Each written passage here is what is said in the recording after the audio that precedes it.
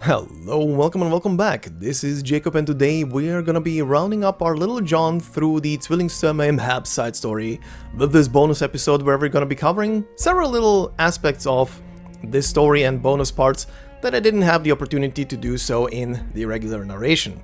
And speaking of the regular narration for Zwillingstürme, for anybody who is bumping into this video out of order, please note, this part will be full of spoilers for Zwillingstürme and probably much more, as you're gonna see when we start going through this. But yeah, do keep that in mind if you want to keep on watching and don't want to spoil yourself on the Zwillingstürme side story first. And trust me when I say this, a lot of stuff that we're going to be covering in this part today will require that you've been through the story to know what is happening. Because a lot of them are throwbacks and a lot of them are extra bonus little things. But playlist is linked down in the pinned comment in the comment section below with all the timestamps for all the parts of this video, for those of you who want to navigate through them, and also in the description of this video, plus a lot of other stuff are linked in there, so do enjoy and thank you very much. And speaking of, as always guys, thank you very much for all the likes, comments and everything on pretty much everything, especially on this series. Really helps a lot, really means a lot, and I always enjoy reading those, so yeah, let's get into the structure of what is gonna be part of this bonus episode. But before I do so, you're not mishearing. The music in the background is the music in the background. I am playing it myself, and I'm doing this intentionally. Because we're gonna go on a musical journey through this whole thing. So we're gonna be beginning with this track, and we're gonna end with another track. In the background, that is. But before we do so, the structure of today's video, as you can see down in the pinned comment, if you scroll downwards, you'll see we're gonna start with Arturia's operator record, which obviously is another form of a epilogue to this story. Plus, it will be pretty much confirming one other thing that I think we've all been speculating on so far, but you'll see what that is once we get into it. However, even before I get there, I'll say it again when we get to the operator record. The operator record is a massive spoiler. The first couple of seconds, or rather 2-3 minutes of it, is a massive spoiler, not just for Zwillingstürme, but, well, it's not a spoiler for Zwillingstürme in hindsight, it's a spoiler for main story. So do be warned.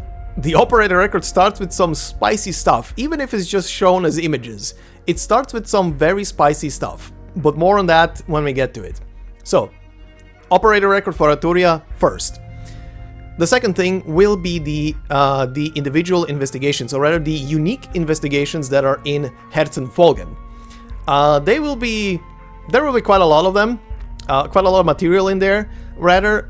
Plus, it will also be including material like reacting blindly to the unique music track that pops up when you compose. I think it's 30 music tracks in general, and also a blind reaction to and blind read through the unique investigation that pops up when you use that very same music track on one of the clients, or rather one of the people you are questioning, and you'll see what pops up if you haven't seen that yet, and how I reacted and cooked through that thing during that second part.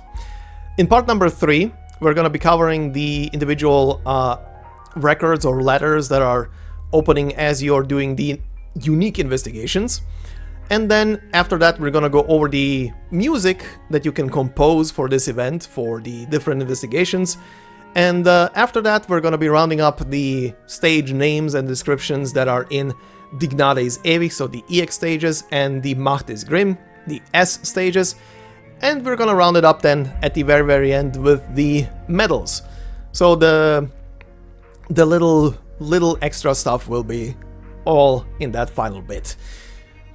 But yeah, with that said, let us begin with our first stop, which is Arturia's operator record. Let's start.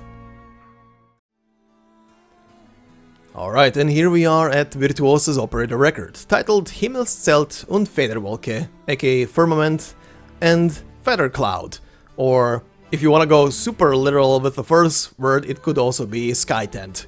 But anyway, before we head into it properly, big warning once again. Like I said in the intro, there will be not just spoilers in this thing for Zwillingstürme. I mean, this entire video is spoilers for Zwillingstürme, but in general, there will be spoilers for obviously Zwillingstürme in here, including just the story around Arturia and certain elements in general, plus also big main story spoilers. Yes, this thing has pretty much, let's put it this way, there will be several things on screen at the beginning of this operator record, which pretty much, if you know the context for a couple of those things on screen, they pretty much spoil everything in that, if you know what is up.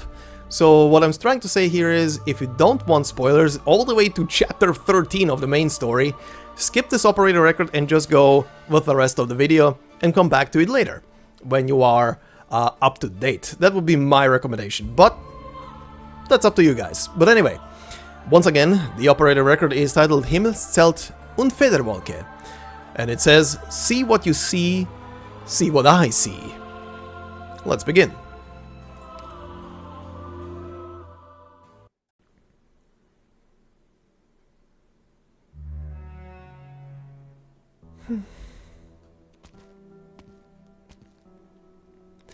The wind rustles the branches in late autumn, the sound of a cello filling the forest matted by fallen leaves. Amia treks along to the cello's melodies. Her fist is loosely clenched, rings shimmering faintly beneath the sunlight filtering through the trees.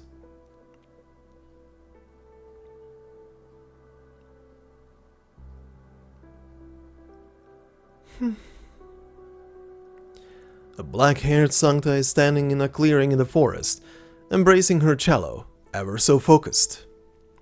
The sound of the cello continues to flow, uninterrupted by her arrival, a gentle sound.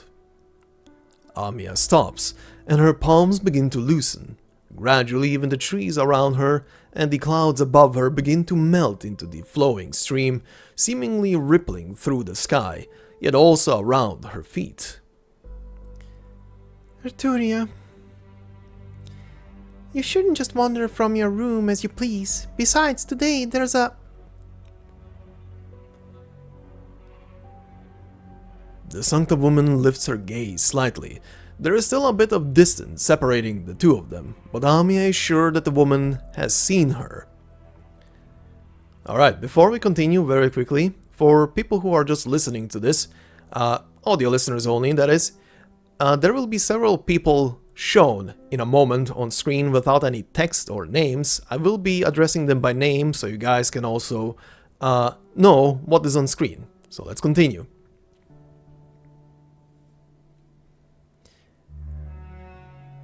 Beginning with Misha, Frost Nova, Patriot, Outcast, Baird, Duke of Windermere. Amia does not move. Instead, the starlight and the waves reach out to embrace her. Across thousands of blurry scenes, countless figures intersect with her. She feels as if she has become a book, and the cello's melodies a pair of hands, flipping through the deepest pages of her emotions. Federico warned everyone to stay away from her music. But Amia is not of the same mind. She quietly takes a deep breath. This is something only she can do, to touch the face beneath the veil of mystery, to reach Arturia.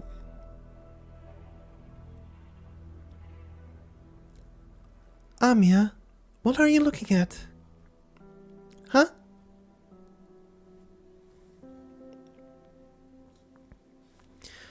Amia turns when she hears the voice. At some point, a woman as pure as the moonlight approached, her eyes gentle as always. Amia sees herself reflected in the eyes of the woman before her.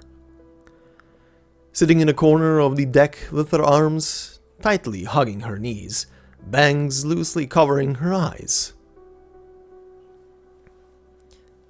Amia, you've been sitting on the deck all this time. What are you looking at?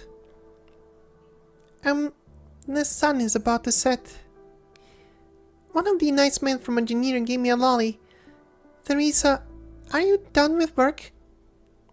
Yes, I am. Are you thinking about your mom and dad? Dad used to carry me up to the roof of the workshed after he came back from his engineering work. It got pretty cold after the sun went down, but Dad's shoulders were really thick, so we could stay there for a long time. I remember the stars coming out one by one until they all filled up the night sky. But now, the doctor is with me. Dr. Calcid is with me too, and so are you.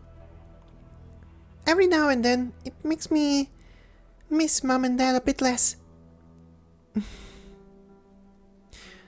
The doctor said that in this last year of sailing the land, you were the motivating factor. It's very fortunate that the doctor saved you. I'm also glad that Rhode Island was able to become your home. Perhaps death is not the most profound goodbye, but it is the most cruel, impossible to turn back. Yet you have faced it bravely. You may have to endure more goodbyes in the future, but remember, goodbye is not the end. You will feel, you will connect, you will live on, you will become the place where everything meets. You will become the future. Where do you plan to go next?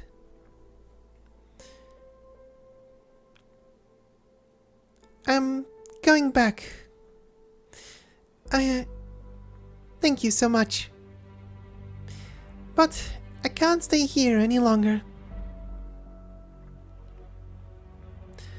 The memory of Theresa becomes blurry. The Lord of Fiends grants illusions unto others. The Lord of Fiends also passes down memories and arts, as well as emotions and knowledge. But Amia has never delved deeply into herself. Like a pair of mirrors, Amia throws open the transparent door.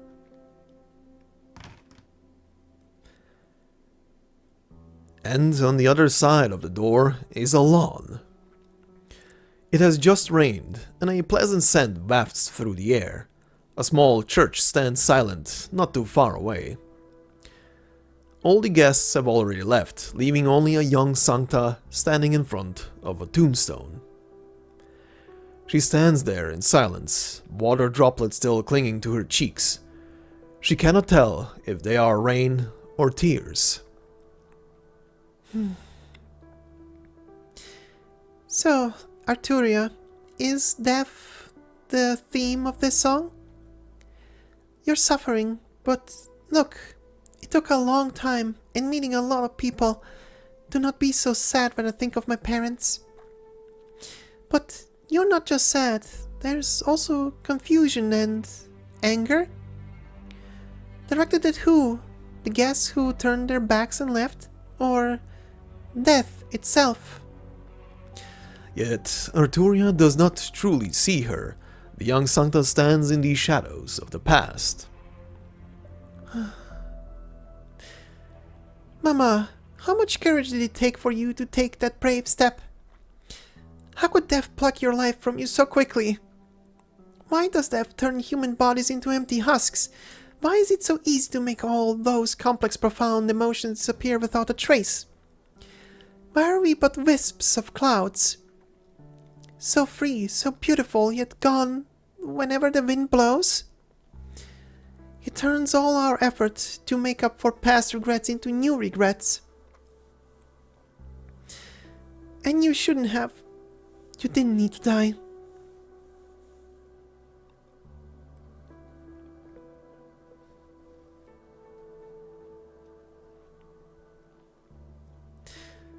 Cora, you didn't need to die. There were so many chances for you to leave before the Empress's celebration began. Arturia, you had so many chances to tell me your feelings in Marigold Alley at Ludwig's Universität, even at the theater in front of the spire. Did you not know how to express them, even though you know that I understand your music? I tried telling Viviana, hoping that she would discover your existence through the clues left in the Guldnes Gesetz. But even she... I don't want to change the decision that you made, nor can I. That's right. In fact, you know better than anyone that I passed on with no regrets. The one with regrets is you, isn't it? I'll always remember our first meeting at Lehrer Emanuel's funeral beneath the sunset in front of the Imperial spires. I'll help tune your cello, and you told me about the people you had met and things you had experienced. I couldn't see your face clearly, but I could hear the stirring sounds of your cello. You shared with me your regrets, as well as the faith those regrets brought you. You were the first person who encouraged me to play the melodies of my heart. You are one of the few close friends I've had on this long, long journey. I don't want to... But will my feelings and all the things I've experienced truly dissipate like flowing clouds? Arturia, my dear friend, play for me. Let me hear your music one more time. I've always believed that this is what they precisely meant. The cello's melodies flow, and more scenes that she has never seen unfold in front of Arturia. Those images and sounds meld into a river, flowing towards reaches unknowable to man. Arturia wades through the river. She does not know when or how she reached the shore, but when she next opens her eyes, she finds herself standing in front of a door.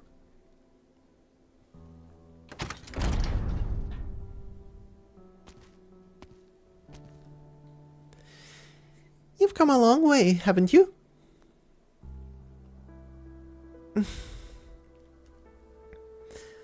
Is this a monastery? A monastery built on a nomadic plate. Looks a lot like Sanctilaminium Ambrosi, doesn't it? It has roamed the land with me for many years, but now it's been still for 2.5 months. Is it worn down? No, it's because I've been sick. I've been waiting for death to come. No need to keep looking. I'm the only one here, and no one else is coming. We're a long way from LATERANO, so far that even the legati who crossed countless lands for the Lateran declaration have never thread. I know what you're here for, Arturia. The reason an ideal can be an ideal is that it is sufficiently out of reach. I've been to many different places. I've approached cities, entered barrens, ice fields, and deserts, all scattered with life. In every place I've been, the flames of war continue to burn. I have witnessed every forgotten end. Over the course of my long journey, I've never put down my cello. I played for all kinds of people from all walks of life, but the end result has never been satisfactory. A strong soul, I tell it rationally without reservation, a pure and sincere openness. I strive to approach to that future, yet it is still so far away. But you will die here, in a distant corner, in a dilapidated monastery. Death will reduce everything to naught, leaving not a trace behind.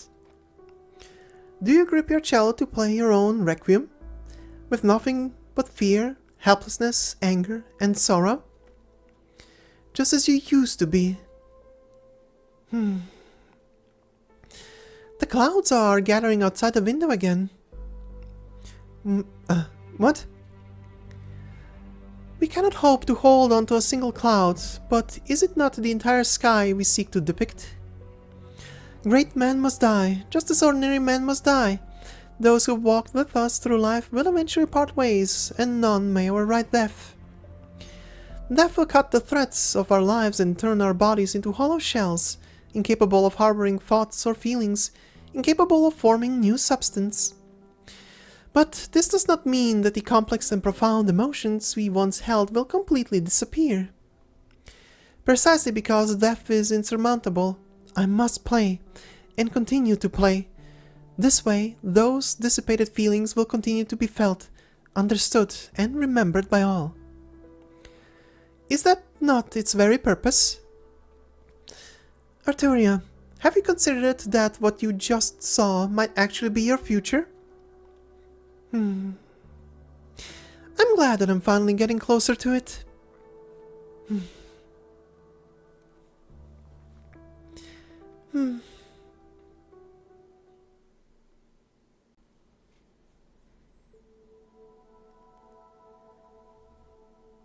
The sound of strings continues to reverberate through the woods. The Sancta slowly places her cello into its case as the cautious girl watches her movements in silence, waiting for her to make eye contact. Amia? Sorry for getting you wrapped up in my melody. Arturia, we haven't had a chance for formal introduction since you came to Rhode Island. I believe today's occasion makes for a perfect icebreaker, better than any deliberate arrangement. Your powers are strange. You don't even need an instrument. It's like two mirrors. Simple, yes, but through them you can see countless selves. You and Rhode Island are a lot more interesting than I thought. I can say the same thing about your music. Even in such a short period of time, it feels like we've gotten to know each other quite well. Do you feel those emotions often? Do you understand how I think? But in the end, we're still rather different. Such a shame. But we'll have plenty of time to spend together. Now then, please hurry back with me. There is no need to rush. I'm not trying to get away. The fact is, you've been away from the landship for a long time. And it just so happens that there's a distinguished Lateran guest who wants to see you. We've been looking all over for you. I see. My apologies then. Amia, after we get back to the ship, do you think I could invite you to my concert? You could be more than just an audience. Sure. We welcome all who have goodwill towards Rhode Island. Do you see me as one such person? No, your thoughts go beyond good and evil. That I'm well aware of. But let me be clear on that one point.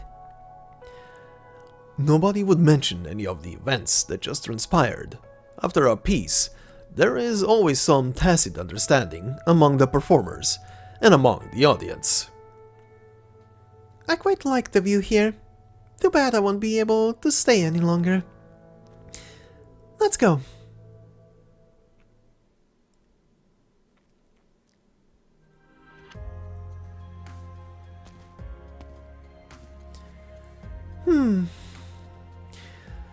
A distinguished guest indeed. Looks like Amia is more capable than I gave her credit for. It is an honor, Holy Father.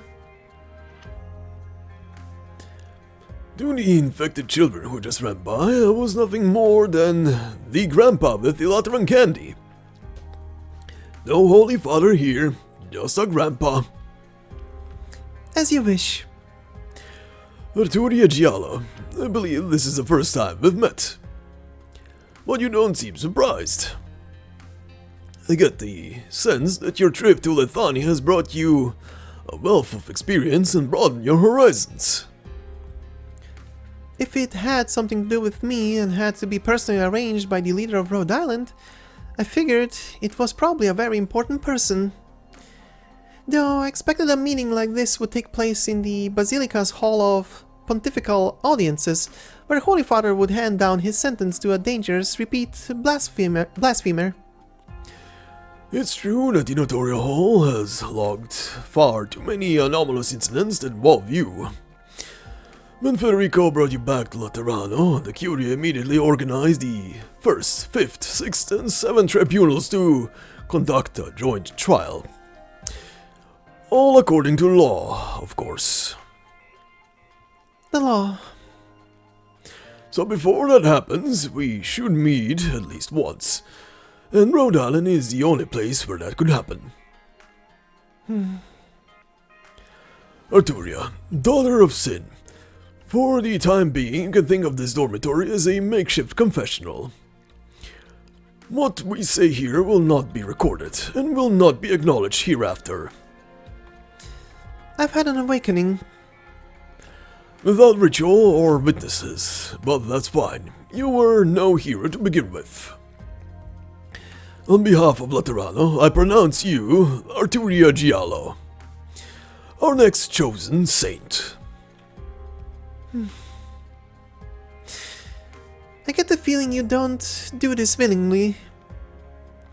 What makes you say that? No, it doesn't really matter. There will always be some meaning behind Law's choices. Federico was the one who brought you to Rhode Island, right? Funny, I wonder how you explained to our darling saint that the fugitive he had just apprehended was also chosen to be a saint? Or maybe... You're right, Federico doesn't know yet. But he will understand. I will ask that of him. After all, I am neither condoning nor forgiving the things you've done, my child. I never care for the law's forgiveness or this title. It's all rather annoying, to be entirely honest. What else will the Curia be using me for? Child, there is much you do not understand. Your experiences, behaviors, ideals, and even the paranoia reflected in your arts have all appeared countless times before, one particular interpretation by Sancta onto Sancta. How can you be so sure that your unique talents, your unique arts, are not a deliberate manifestation of the law? After all, you carry a halo over your head. You are a Lateran Sancta, Arturia. The white walls of Laterano have stood for thousands of years, and you are not the only, alienus, as much as I loathe the word. Nevertheless, our glorious law has given me a decisive answer. And what does this vague answer mean, Your Holiness? It means that every light we know will one day be extinguished. And it is no exception. The old Pope playfully points to the halo hovering above his head. Arturia is lost in thought. Even if everything about the Sancta existence is interpreted as its boon? The Pope does not answer, simply moving abruptly to his next question. What will you be? What? Take away your prejudice, your pride, and your sins, and what will be left of you? What would you do? What would you bring? Answer me this. I'm still searching, Holy Father. There's no point in lying to you, but you say that our halos will fade, and that the Sancta will lose the cozy cabin of their faith? Wouldn't that just make Laterano the same as any other place?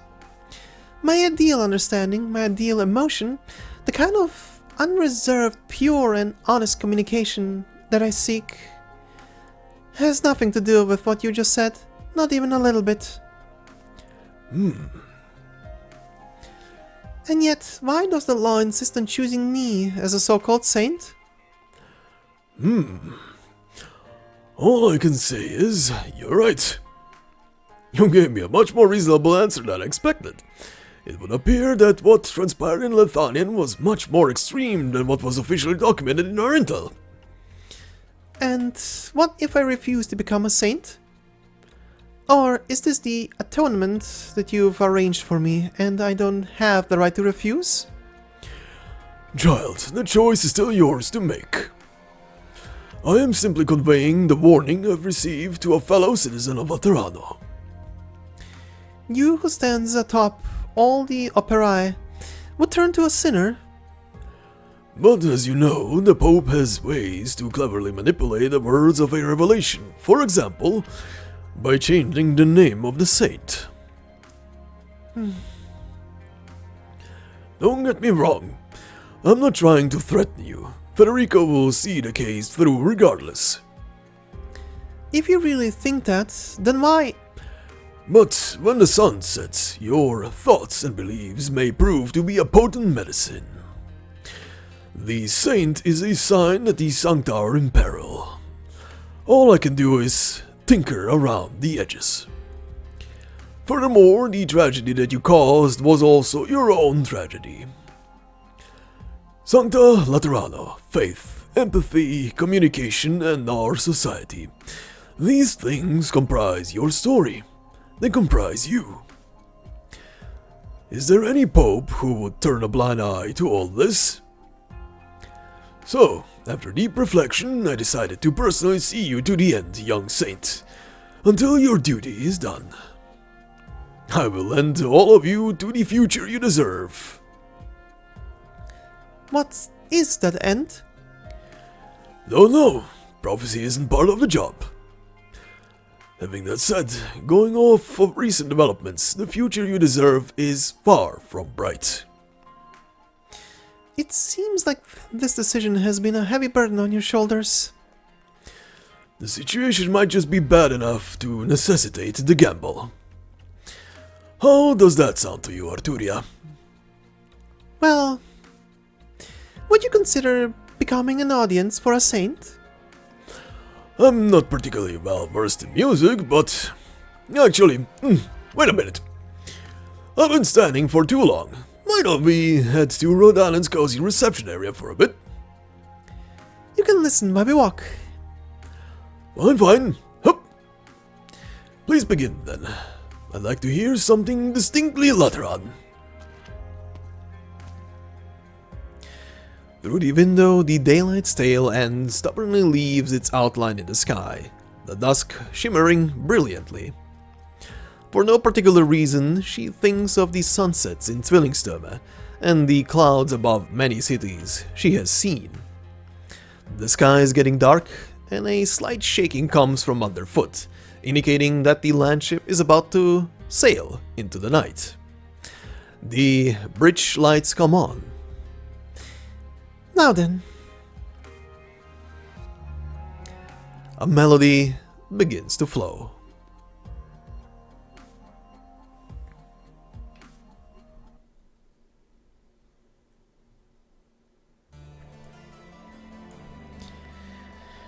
And there we have it. That is the operator record for Arturia, and once more another epilogue to the Zwillingstürme story, this one obviously focusing on Arturia herself.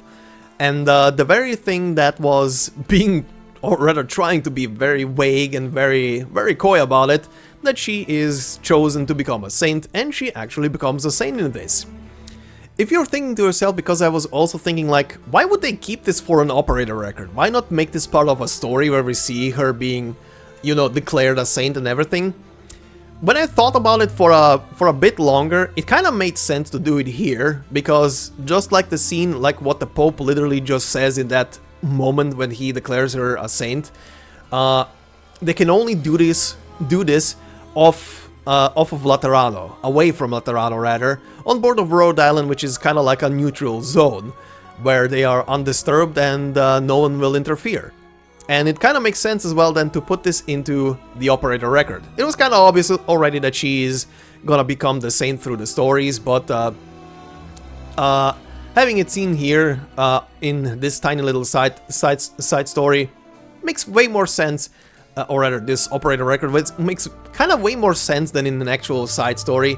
It's kind of like pretty much the same thing. It's delegated into an area where it's on neutral ground, so to speak. But yeah, on the other hand, she's a limited operator, and yeah, considering that, not everybody will have her, and not everybody will have access to an operator record, so it's kind of also then again weird that it was delegated into this thing, but it will probably be addressed in a future story, so it's fine. But yeah, anyway, this is it for the operator record, and now we shall move to the rest of the video. So, let's go! The initial investigation for a strange man, aka totally not Beagler. It says, I got a tip-off about strange noises at a concert in Bodenshof. The concert ended early before I could arrive, and there was no way to track the source of the noise. However, a block away from the venue, I found a dead man of unknown identity in an abandoned house, along with another mysterious man at the scene. Question number 1. There is street cleaning foam on your shoes, which means you're probably not the killer, but I want to know who you are and why you're here. Answer: Danke for not treating me as a criminal. I'm just a passing citizen, an honest, law-abiding man. I make my living dealing in old books and music scores. Here's my card. I was waiting for a friend at the concert. I was taking a walk to kill the time, and before I knew it, I was here. Question number 2. Sorry for bringing back bad memories, but do you remember what happened when you got here? Answer: Let me think.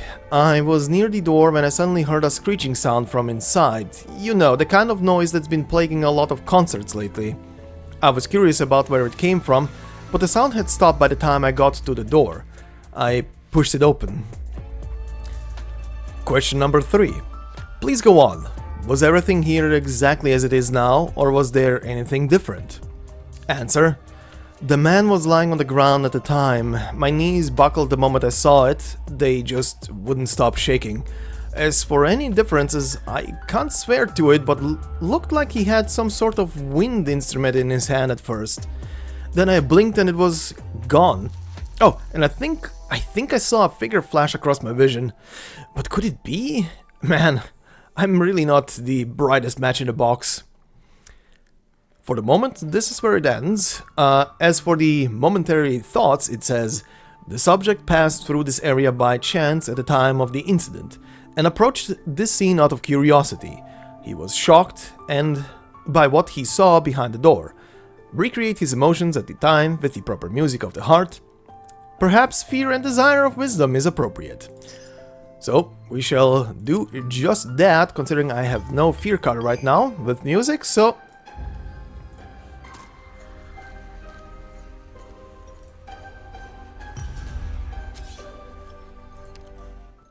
Okay. Well then, Beagler, let's smack that at you. The subject's emotions have been stirred and memories begin to emerge, and that was also an achievement. 4. Lessing. フランツ。ああ、つまりエーベンフルツからここの話を聞いてきた。俺はリターニア出身でこの剣があるし、アーツも多少使える。あなたの力になれるはずだ。The music for the score is so overpowering his voice right now. Anyway. Thank you, Lessing. The music of the heart sounds resonating with the heartstrings of the subject and bringing back memories. Question number 4. The melody reveals that... Wait, why does everything seem so ethereal? These emotional experiences are faked. You've received training in this area. Who are you? Answer: no need to be alarmed, friend. I needed to know what you're capable of, and make sure you're really who I think you are. Don't worry, I'm here to do my job just like you. You don't need to be wary, and I'm not deceiving you. The man on the ground is who you're looking for, the culprit behind the noise. Whoever it was that grabbed the stuff from right under my nose was a quick one. I didn't catch his face, but I did notice what seemed to be the emblem of Ludwig's Universität on his robe. Maybe you can make something of it. The momentary thoughts say, the man put up his hood and left. The light shining through the door revealed a golden stamp on the business card in my hand. That was all I learned at the scene. I headed to Ludwig's Universität first thing the next morning.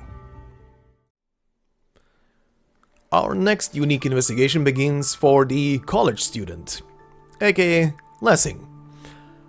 I had a fruitless day at Ludwig's Universität. By dusk, as I was ready to call it a day, when a stern-looking youth approached me and claimed to be the one I was looking for, I decided to talk to him.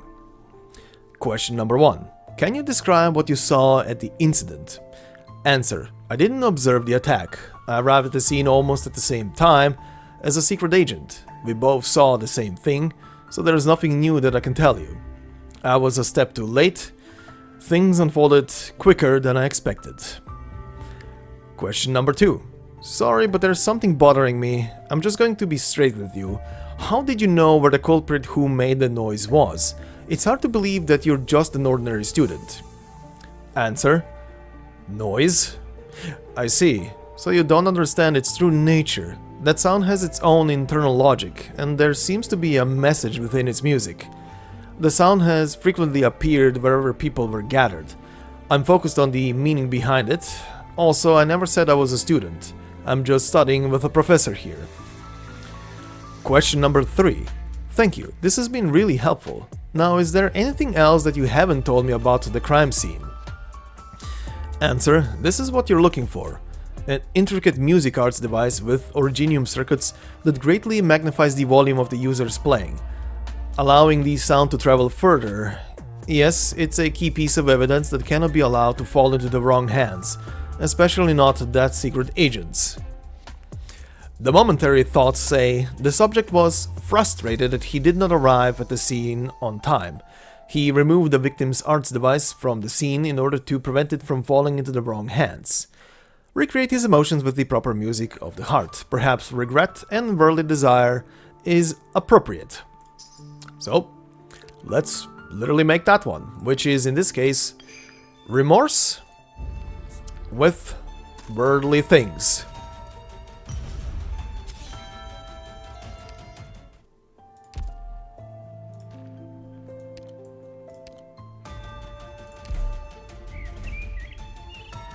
Okay. Subject's emotions have been stirred and memories begin to emerge. The music of the heart sounds resonating with the heartstrings of the subject and bringing back memories. Question number 4. The melody reveals that you blame yourself for not arriving on time to save the victim. Trust me, I understand, and I don't want something like this to happen again either. I must discover the truth. Answer. Very well, you can take the device, but I recommend staying out of this case once you've discovered the truth you're looking for, and don't play that trick on me again. It makes my head hurt. The momentary thoughts say, he spoke no more and showed me out. I left Ludwig's Universität and began to investigate the evidence I obtained from him. Our third investigation is once again for Lessing. The investigation into the evidence has produced results. The arts device in question was a modified pocket flute characteristic to the region, able to emit a number of harsh sounds at a constant pitch. Its base is only popular in a small area in Sturmland. This was already enough to confirm that the victim was connected to Sturmland, but following the discovery came an even greater shock. I have to return to Ludwig's Universität once more to look for Lessing. Question number 1. Within days, there have been as many as 7 murders across the city, the victims all related to Kreis Sturmland. The crime scenes were almost all near the concert where the incident occurred. You're familiar with the situation.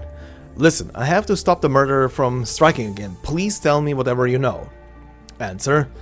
I can't reveal anything more to you. These things don't interest me anymore. Go back. Question number 2.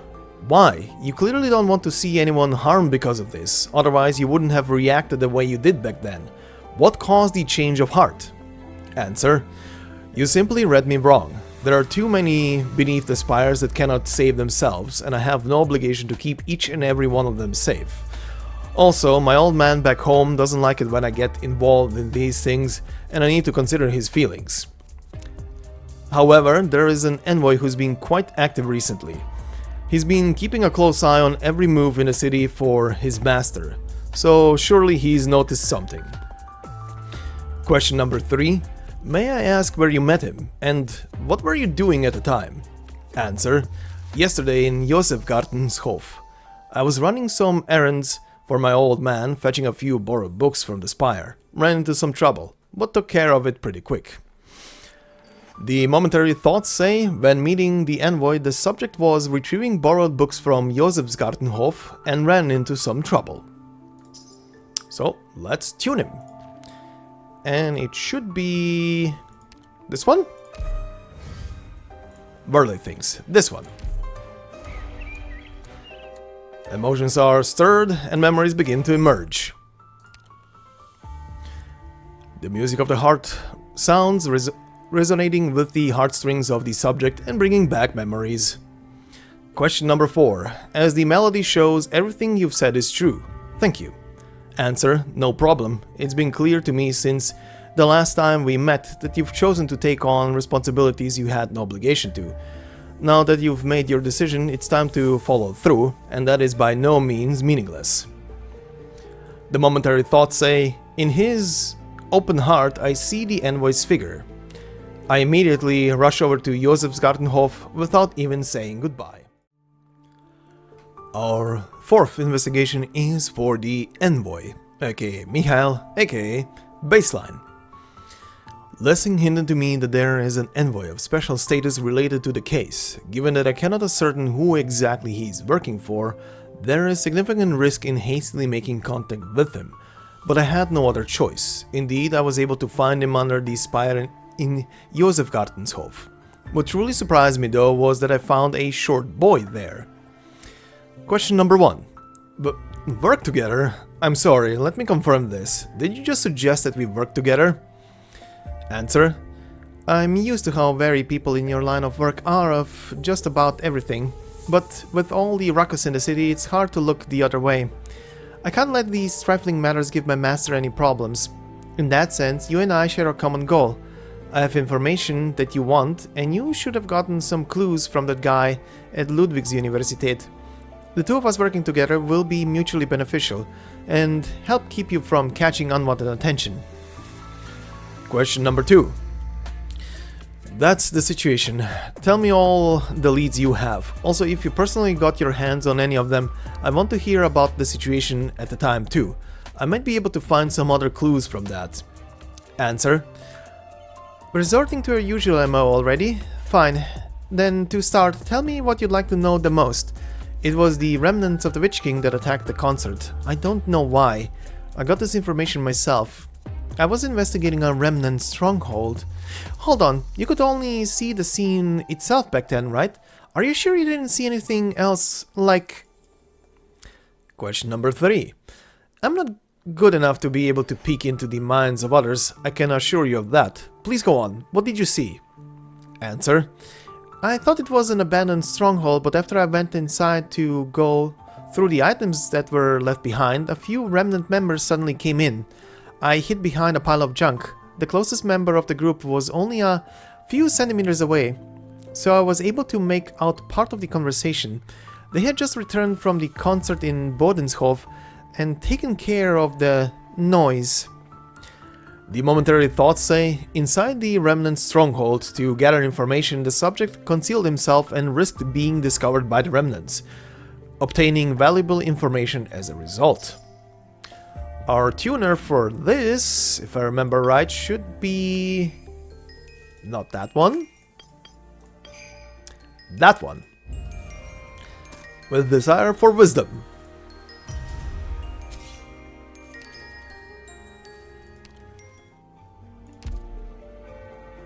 Okay.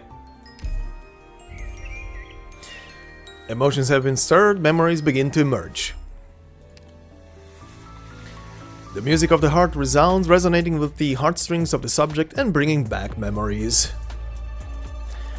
Question number 4. As the melody reveals, the situation at the time must have been pretty intense, so naturally you must have missed a few details. Do you remember anything else? Answer: I have to say, your melody isn't nearly as interesting as I thought it would be. But it did help me recall something. After mentioning the noise, they also said that they confirmed the sound hadn't made it out of Zwillingstürme. If it's as you say, and there is information in the cacophony, then if someone was intentionally creating noise at these concerts, then it's very possible they were trying to dismantle some kind of information. The victims were all related to Sturmland too. The momentary thoughts say, we postulated that the Witch King's remains wanted to keep a certain group of people from getting information about Sturmland out, and it's very likely they succeeded. There is no telling what the information is about specifically, but a terrifying guess has formed in my mind. Alright, our 5th investigation, once again with Miha, and it begins with: it had been 3 days since I started working with Miha. Both of our investigations have stalled. Today, out of nowhere, I heard from him that he found the room where one of the concert victims had resided. I immediately made my way there. Question: do you remember what happened? Sorry, I'm getting ahead of myself. You should rest first. Answer: I appreciate the concern, but I'm not the sort of person who would be so easily frightened just by running into some remnants. Here's what happened. I pushed the door open, and a group of them, rummaging through the boxes and shelves, all looked at me before flinging all kinds of arts and evil melodies at me. Anyway, after the confrontation, they all got away. Question number 2. Is that all? Did you find out anything else, like what they were looking for, or would you be able to elaborate more on what happened?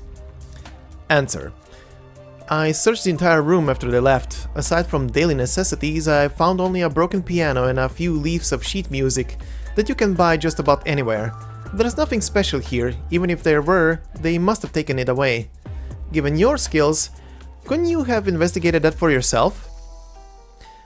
Question number 3. To be frank, in order to investigate, I must first understand the emotions of my target and the intentions behind their actions. From the looks of it, there wasn't much of a fight here, and your tuba appears to be in fair shape. Answer: Alright, I understand, I'll tell you. When I came in, 2 of the remnants inside the house spotted me, and they both had weapons. I'm more used to dealing with arts than blades. That's why I went with the most reliable strategy and immediately left and pretended to call for the gendarmerie.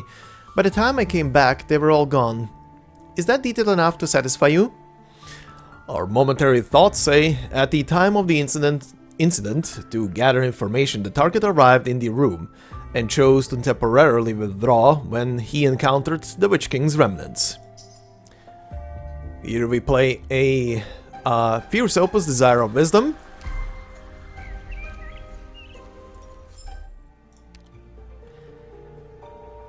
And we continue. The sheet music of the heart sound resonating, blah blah blah, as always, same text.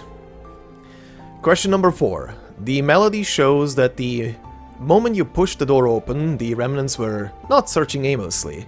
They were checking the piano. Answer: My bad, I missed that. Judging from its condition, it wasn't torn apart recklessly. It was disassembled with a goal in mind, and here it is. There's a small hole in here. This shape, do you still have the arts device you mentioned? So it really is the key.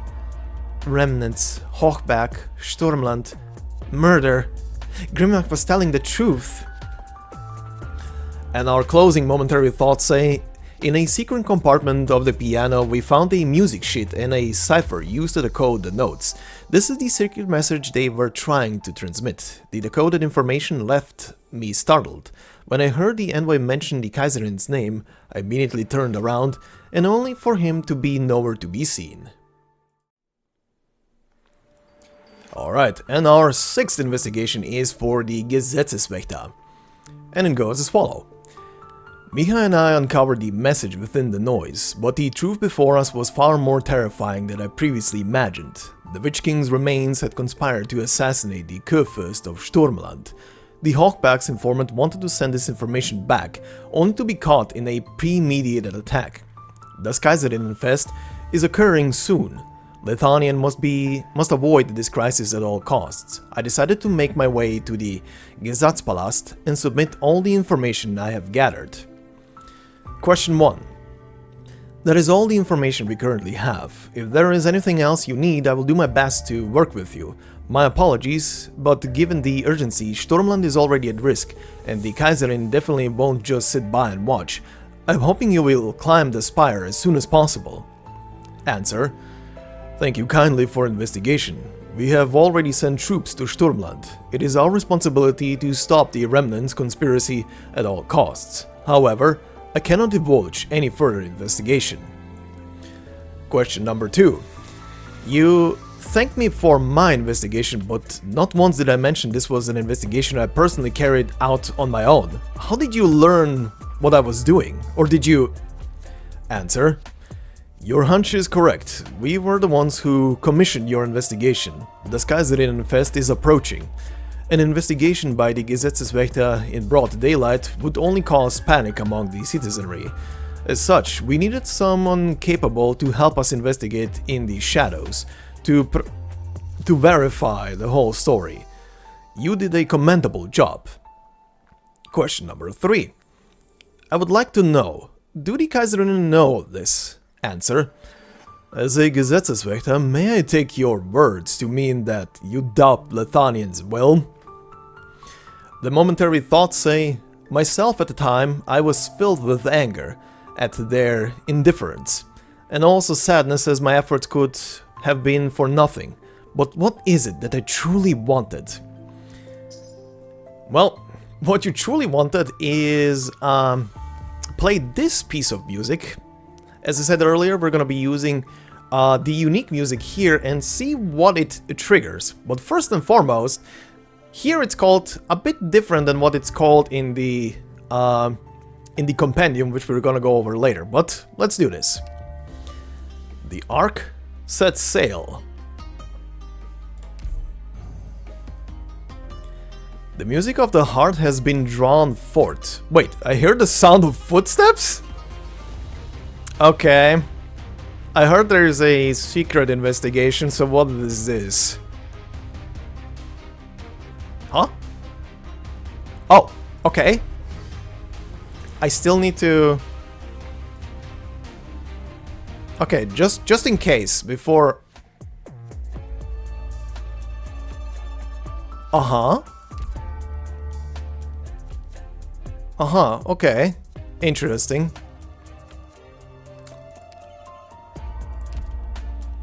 Interesting. I kind of want to do this now.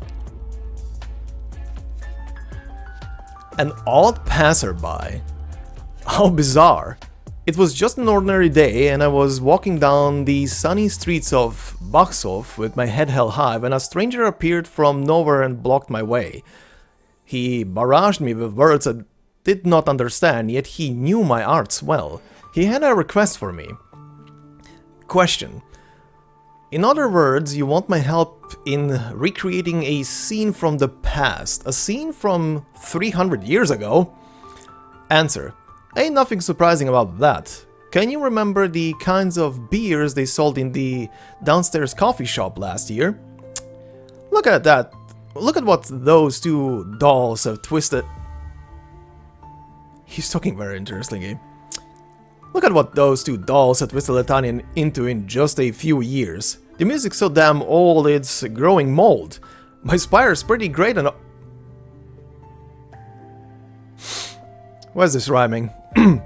My spire's pretty great and all, but it's been turned into a memorial hall.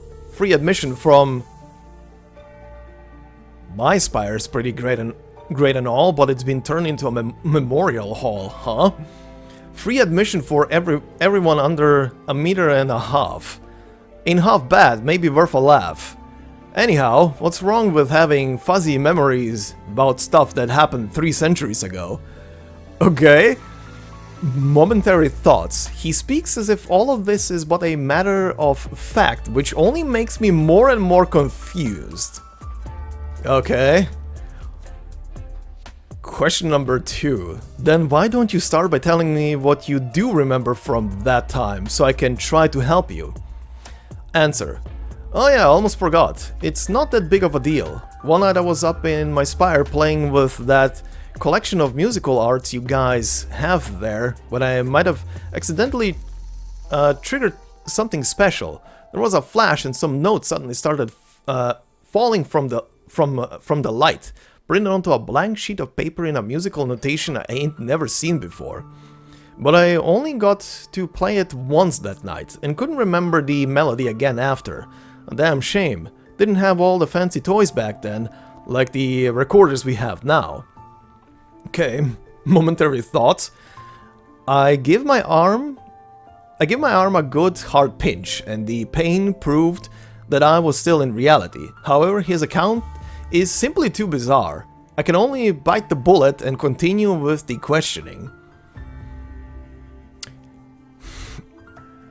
I have a stupid idea right now in my head, but let's continue. The rhyming. Okay, question number 3. I want you to recall as much as you can. What did you feel as you played this piece? Answer. Feel? Oh god. Wait, but how? Why is the portrait then? Is this fucking Emperor? Anyway. Answer. Feel? Hell nah. That's way too superficial a way to describe it. It wasn't comprehensively soul-shattering experience. Okay, this has to be Emperor, but why does he look like that? That piece had a temper, I tell you, unlike anything else that's ever popped up beneath this sky. Playing it was like hopping aboard a huge ship, putting the thrusters on full blast and charging full speed ahead. When the curtains rise, the wild wolf howls. Let your oh god, this is really Emperor, what the hell? Let your soul bask in the song of praise. Reeds sway in the firelight. Deafening sounds erupt from the lonely city. Cross through the flames, cause I'm coming over the clouds. Take me to the star. Whoa, what the fuck is... That is a loaded sentence. When the curtains rise, the wild wolf howls. Okay. Siracusa. Let your soul bask in the song of praise. Reeds sway in the firelight. Okay, that one's obvious. Deafening sounds erupt from the lonely city. Kazdel? Cross through the flames, cause I'm coming over the clouds. The ship? Take me to the stars. I don't think that ship will take you to the stars. But I have a weird inkling right now. Okay. And the final piece says... of the current final piece says, you've fallen fast. It ain't Eden, but it's still a garden. Falling up into the clouds, sweet dreams shattered by cannons blazing loud. Yo, the whole land shakes for me. Every sea and every nation. Where the hell's our destination? That shit don't matter. Better let those thoughts scatter. So going up and still falling down? The barrier? Okay. Momentary thoughts. That night, the interviewee played a mysterious piece of music and went on a strange trip. Boarded a giant ship, went on a journey across the land, experienced wonderful things, and headed towards the future. Okay, that's the interpretation of that. But knowing what stories this is implying... Can I play him the same thing? Is this the only thing I can play him? Oh my god, it is Emperor! Why did he... Huh? The music of the heart sounds resonating with the heartstrings of the subject and bring back memories. Question. Just as the melody shows this feeling, this rhythm... Huh? Emperor? How strange. How come I couldn't recognize you a moment ago? Good question. Why? Answer. Ah, that's it. I knew it. I knew I could trust you. When I struck the final note that night, a gust of wind suddenly blew across the terrace and swept the music sheet away. Went right over the railing and disappeared into the night. And now, 300 years later, I finally found it. Time to take my victory lap. That damn sheep's gonna be so jealous it's going to smash its horn to bits. Oh, you're still here? Let me give you this ticket. What are you so worried about? Curious I'm not holding a concert now. Just treat it as a keepsake. Ain't nothing good gonna be happening here anytime soon, so I'ma leave shaking up Forest Park for later. Best of luck to y'all. Momentary... Jesus, what the hell? Momentary thoughts. Emperor waddled away, but I was still enraptured by the melody. In the scene the melody revealed to me, I saw a future, an endpoint, the destination that once who've been journeying for their ideals will ultimately reach.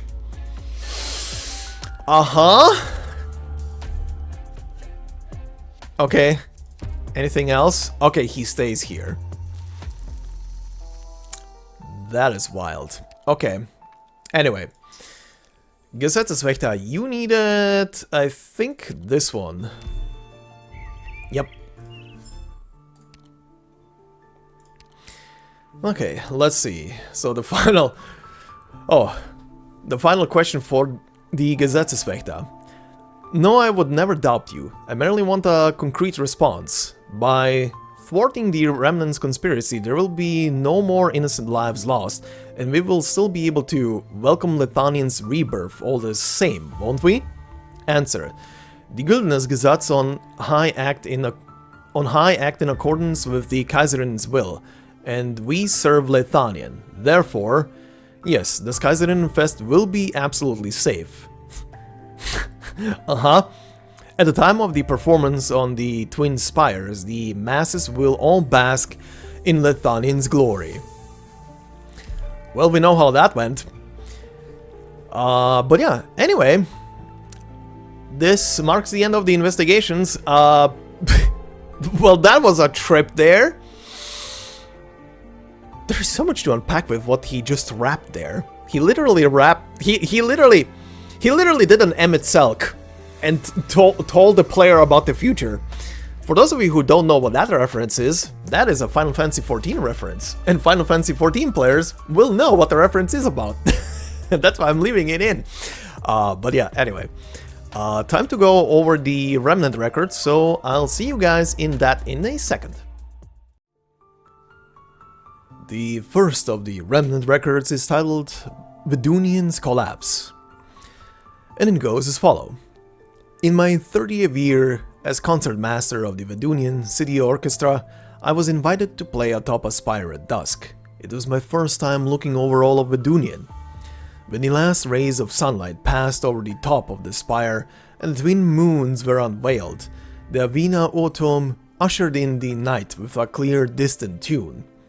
From Weinshof on the outskirts to Doppelhörnershof in the inner city, the bells rang along the streets, and wherever they resounded, singing followed. I imagined a symphony of the city unfolding before my eyes. The streets were the staffs, the scattered buildings, the short notes, the towering spires, the long tones, all intertwining into the wonderful melody that was Vidunian. I was immersed within it, and attempted to pluck my strings to join in the performance, but in the next moment felt as if I was struck by lightning. I had no way of playing that melody. I did not deserve to touch a single note. This imperishable, exalted, glorious melody belongs to only a single person. The bells led countless musical notes past countless spires until they land atop the spire of Genesis. Then everything falls silent, waiting with bowed heads. I seem to hear a whisper coming from within the spire. The bell rang again, and the 22 district blocks sound in unison. From the top of the spire, the convergent melody rushed skyward, ever so majestic, yet as light as a stone skipping upon the surface of a lake. Waves cascaded throughout the night sky, and the stars shimmered. Imagination has become reality. Rejoice! This is truly a miracle, unique to Leithanien. The entire land must hear it too. Forgive me, Leithanien. I recognized this miracle far, far too late. In the years that followed, the twin spires rose from the ruins of the previous one, proclaiming that they were the new masters of this ancient country, and setting their sights on the city beneath them. Since 1079, I have been revising this ode to Vidunian, which, like the city itself, has lost its original name. Today, on the first day of 1092, as the evening bell tolls, I complete the last line of the 20-second movement. At the same time, I seem to hear a sigh, the tremors of the last note of Vidunian falling to the ground. The Kaiserin's reconstruction of the capital is complete, and the king's melodies have been completely erased. The city's staffs and ledgers are silent, waiting for the twin spires to play a new chapter. As my pen meets paper, the clear light from the twin moons shines through my window, illuminating the wet ink on my score. I've made up my mind to name this revised suit Zwillingstürmes Morgendämmerung. I have no way of knowing what fate this new melody will play. Alas, Vedunian, how I long to hear you once more in my dreams. And that is that. We shall continue with the next one. Our second Remnant record is titled Lessing's Morning, and this is how it goes. He stood for a long time beneath the dusklight, staring at the empty, barren flower bed. The Ludwig Meister spire, which had stood for over 3 centuries, looms in all its majesty. It casts the longest shadow beneath the dusky sky, like a giant tree in the deep forest, obscuring the land beneath its feet. The distant bell tolls, and afternoon classes draw to an end. Before long, one's ears are filled with the sounds of footsteps, the rustling of clothes, the crackling of arts devices, and a medley of conversations. From introductory structural systems to the most specialized esoteric discourse in aesthesia, free and open discussions on the originium arts emerge one after another. Occasionally, glowing balls of arts roll down the steps, and musical records zip by overhead at low altitude. A few students dodge the records and continue to talk about pop music and new plays in underground theaters, expressing their partiality towards the love and hate of Syracuse's new plate. The two people in noble's attire argue in hushed voices over what kind of posture Kreis Furtgard should take towards the twin spires, not noticing that their robes have been ignited with arts. A slovenly-looking scholar mutters to himself before a star chart printed by Tremounts, periodically looking toward the sky while waiting for nightfall. Nobody mentions him, just as nobody discusses the soon-to-be renovated flower bed. The only person to cast a sideways glance in his direction quickly turns away once more. He gives the restraints on his body a tug, his tense muscles akin to a stone tablet. This flower bed beneath the Meister spire was built in the year 766. At the time, the spire's owner was Kofus Ludwig, who was also known as the Scholar. That year, the spire welcomed its very first batch of students from common backgrounds. Despite the staunch opposition and ridicule of the nobles, the spire nevertheless opened its doors to them. Before ascending the spire, a scholar by the name of Hoffmann secretly scattered a bag of seeds from his hometown into the flower bed, and before long it was teeming with nameless white flowers. Over the years, it became a tradition for all scholars of common birth to sow the seeds of their hometown in this flower bed. Did you know? Before the War of the Four Emperors, the flowers here blossomed just like the sky above a grand event. I wish I could see it with my own eyes. Today, nobody except the scholars deeply involved with the history of Ewig Ignade remembered this past event. After listening to this exposition, he squats down in front of the flower bed without a word, presses his hand to the soil, and starts to grope around. After a while, he pinches out a small, hard object from the soil. A tiny seed. "Let's go, Professor Gerhard. I wouldn't want to get chewed out too much today," he says as he turns around, holding the seed in hand. And that is our second one. So we shall move on to the third. Our third Remnant record is titled Letter from Urtica Grafschaft. This is how it goes. To the respectable old blockhead. Please pardon my sudden interruption. You may not remember me, but my name is Melanie. Like Nanny Dura, I was formerly a maid for Graf Urtica. I'm here to pass on some tragic news. Nanny Dura passed away 3 days ago at night, due to her condition taking a turn for the worse. The Urtican countryside was particularly cold this year, and she was ultimately unable to endure the fall season. The silver lining is, at least she passed without much suffering. No funeral was held for her. Due to the current situation in the Urtica territory, no cemetery was willing to take an unidentified maid. I sought assistance from the Graf's spire, but Graf Urtica himself has not returned there in quite some time, and his rebellious servants would rather hoard the spire's treasures for themselves than give their former companions the treatment they deserve. Fortunately, the local Meyer family learned of the situation and came to our aid, and I was able to give her a proper burial in the southern barrens. The foul beasts and wild roses will be her company there, and she will not be alone. A kind-hearted old gentleman from Zwillingstürme, despite us never having met before, was still willing to help a commoner from Urtica. To this day, I still can't believe that we would be graced by such good fortune. Back when she was alive, Nanny used to always talk about you. Bread, new clothes, and coin to keep our shack repaired. You gave us these gifts so that we wouldn't freeze to death in the streets. You must be a noble soul, full of pure virtue. There is nothing I can offer you but my sincerest gratitude. As I pen this letter to you, I still have not gotten over my grief. But I've nevertheless made up my mind and want to tell you my decision. You no longer need to send us any funding in the future. The Meyers share your virtuous heart and work tirelessly for the people of Urtica. With their help, I found a new job picking fruit for a winery. Difficult work, to be sure, but one that lets me be self-reliant. In the past, you've always encouraged us through your letters. Don't give up hope on living. The dawn will eventually come. I swear to always keep your words on my mind. Continue to persevere and look forward to a brighter tomorrow. Finally, I have some minor, thought improper requests. If you happen to stop by Urtica one day, could you please visit the tomb of Nanny Dura? Actually, it would be even better if we could meet again.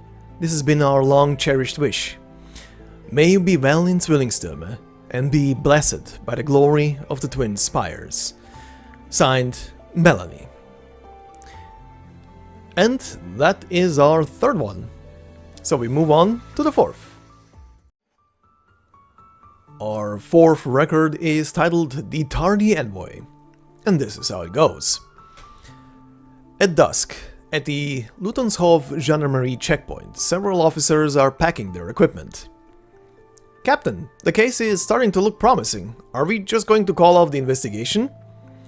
That's precisely the reason why we're calling it off. Think about it. The clues we've found these last few days point to a noble with a rather complicated identity, and there's a chance it's even related to the Witch King's remains.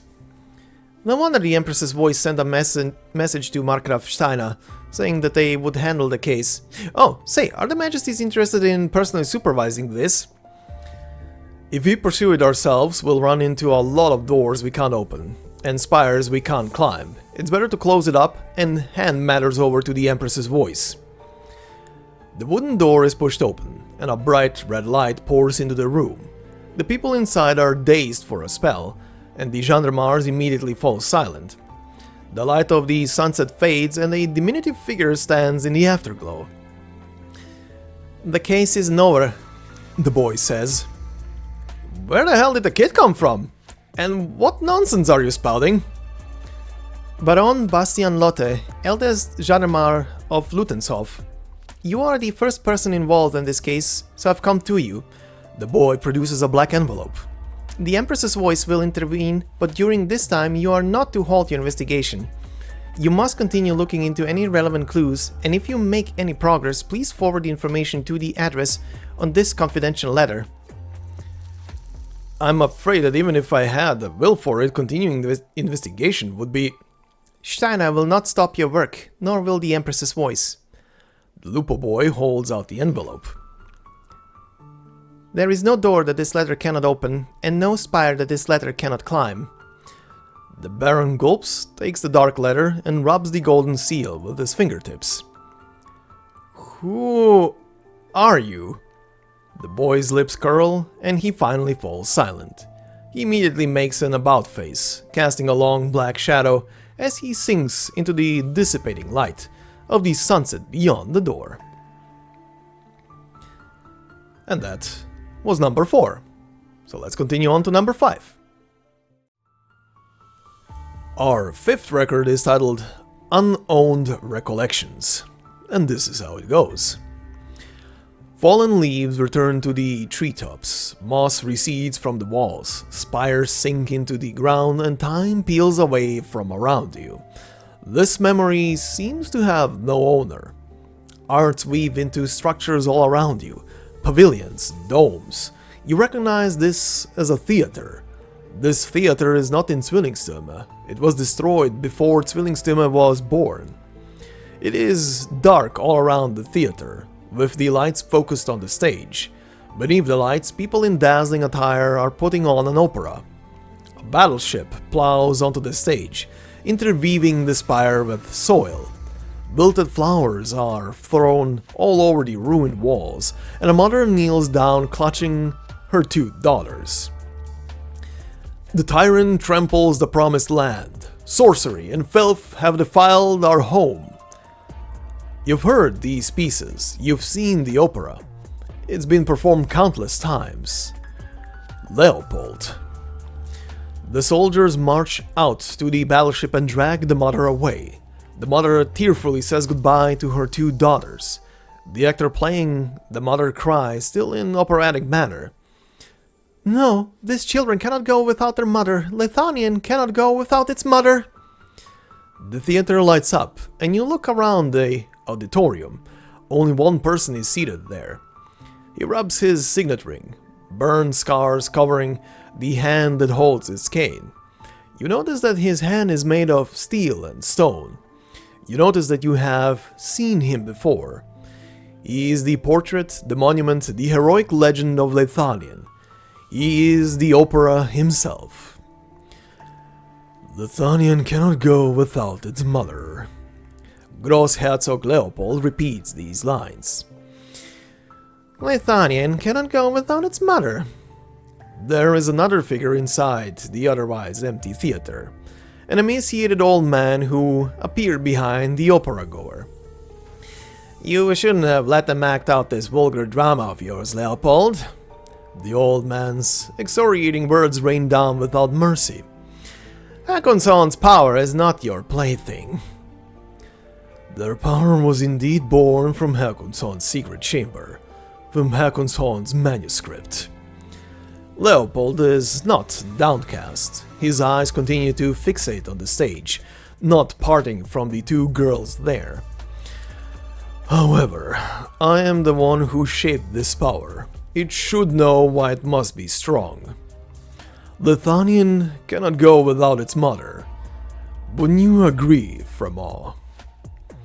The girls help each other stand up, and you suddenly realize that they are brighter than gold and deeper than night. The performance on the stage continues. The 2 girls swing daggers concealed in their bosoms, and the colliding weapons release sparks that blossom into rays of light as the harmony sings. The hero swings her fabled sword. The tyrant is no more. The lights dim, and darkness engulfs the theater. First to disappear is Leopold, then his play, then the 2 girls. The last to disappear is the face of a black-haired girl among them. The memory without an owner ends thusly.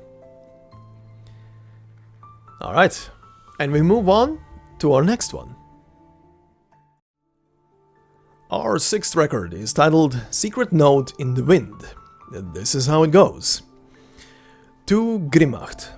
I have been sickly and weak ever since I was a child. Sturmland under my rule is remote and prone to disasters, and in recent years illness and old age have prevented me from making my pilgrimage for quite some time. Never did I expect to receive their majesty's love. I am ever grateful that you are greatly concerned about the state of Sturmland as well as my own health, despite the demands of your national affairs. The court physicians who arrived from the Twin Spires tried their best to delay the progression of this stubborn disease, and I am thus able to temporarily stay healthy. And with this health, I will continue to sit atop the spire of Sturmwind, and continue building the glory of the Empire. However, how can the life of a measly Kurfürst compare to the glory of the Empire? How can it be so as long-lasting as the Empire's dominion? Even if the Spire of Sturmland is completely sealed shut, and the lords and their men are completely safe, the disease that has plagued me for years will come to claim my life sooner or later.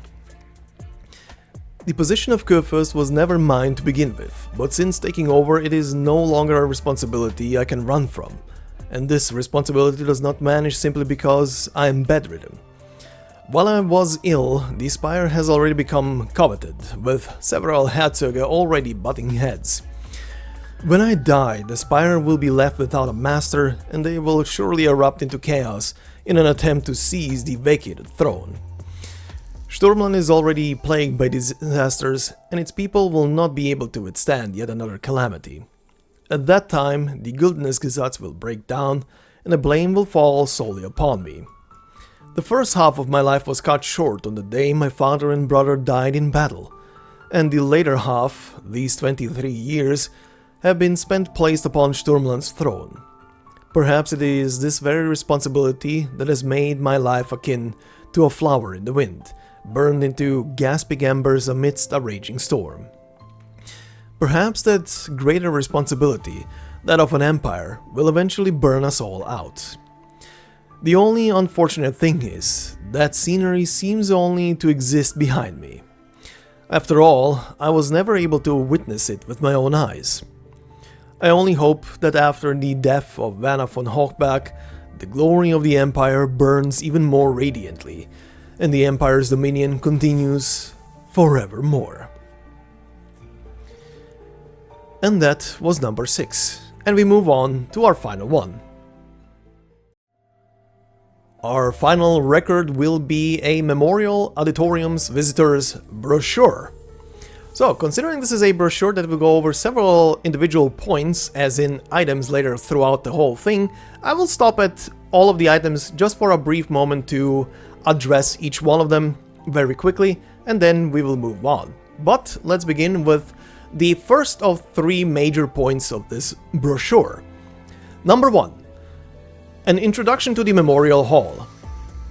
The Schwingende Gentleman Memorial Auditorium was completed in 1083, formerly known as the 300-year-old Graf Penguin Spire.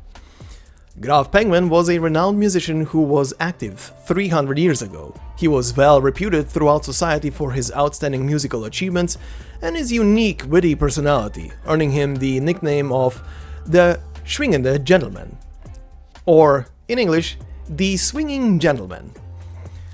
Graf Penguin Spire has undergone many changes since its establishment, but has withstood the torrents of change. It still continues to persevere a large number of ancient musical instruments and music scores, and remains one of the most faithful witnesses to the history of Kreis Eingeweide, and even Leithanien itself. Today, Graf Penguin Spire has been renamed the Schwingende Gentleman Memorial Auditorium after renovations, and is once again open to the public. Through the ancient and elegant collections here, visitors can catch the glimpse into Leithanien's glorious past and understand how this magnificent opus continues into the present day. Admission: 2 ducats per person. In memory of Graf Penguin. Admission is free for those under 1.5 meters of height, regardless of age. So, before we continue, this first paragraph is obviously about the very last investigation, the very special investigation that we literally opened earlier in this video, which is for Emperor. And as we've learned through that investigation, Emperor, once upon a time, couple of 100 years ago, or 300 years ago as stated here, has lived in Leithanien, has been disguised apparently as well as a regular Leithanian citizen, and had a nickname. And I find it very amusing that his nickname was the Swinging Gentleman, because, you know, he's a penguin. Also, his name was Graf Penguin. Can we be even more on the nose? No. And yes, at the same time. Amazing. But yeah, I do like the little addition here at the bottom. If someone is under 1.5 meters of height, so someone very, very small, they have free admission. Love it. that is very cute. But yeah, continuing on with point number 2 in the brochure, titled Exhibition Collections. Starting with number 23, Pink Felt Mullet. The head of this mullet is made of pink and white felt, producing a soft and smooth tone with its soft texture. The wooden rod is inlaid with obsidian. Unfortunately, only one of its kind exists. An administrator at the Memorial Auditorium once claimed that he saw a large number of such mullets bouncing around the hall late at night, making strange noises wherever they went. This has been passed down as a ghost story. So to stop here for a second, yes, this is talking about the pink sheep. This is talking about the pink sheep. So, yeah. I mean, I don't have to explain too much here, right? Anyway, continuing on to number 46, Silver Violin Bow. This beautifully shaped violin bow is entirely silver white. The bow is fashioned from strange materials described by critics as pure unmelting snow, wrapped by countless threads of ice. There are some mysterious phenomena surrounding this collection piece. For example, no matter what is played using it, the listener can always hear a vague whisper, and a feeling of homesickness invariably arises in their heart. Recent research has discovered that the mysterious patterns engraved on the bow bear striking similarities to the patterns of Sami textiles. So yeah, if I would go on a limb here and I would say this bow for a violin is made from ice that is, or the bow itself is just made by Sami itself. As we've learned from recent stories, Sami can produce ice that can be like a trinket to help someone or keep someone safe, and it stays in shape without melting for pretty much forever. And using it here as described to play music and hearing a whisper would actually make sense then, because it would be Sami or a piece of Sami trying to go home. Anyway, moving on to number 76, Blue Tail Feather Drum. The most striking thing about this Sargon-style percussion instrument is the slender blue tail feathers attached to it. Despite its beautiful appearance, the rusty smell wafting from it tends to make people slightly uncomfortable. It is rumored that beating on this drum can make the artificers that craft arts units understand the mysteries behind their mechanical structures. Therefore, there was a time when many artificers would come to beat on the drum in prayer. Eventually, they either end up obsessed with touching up old junk, or hopped on a vehicle to Sargon.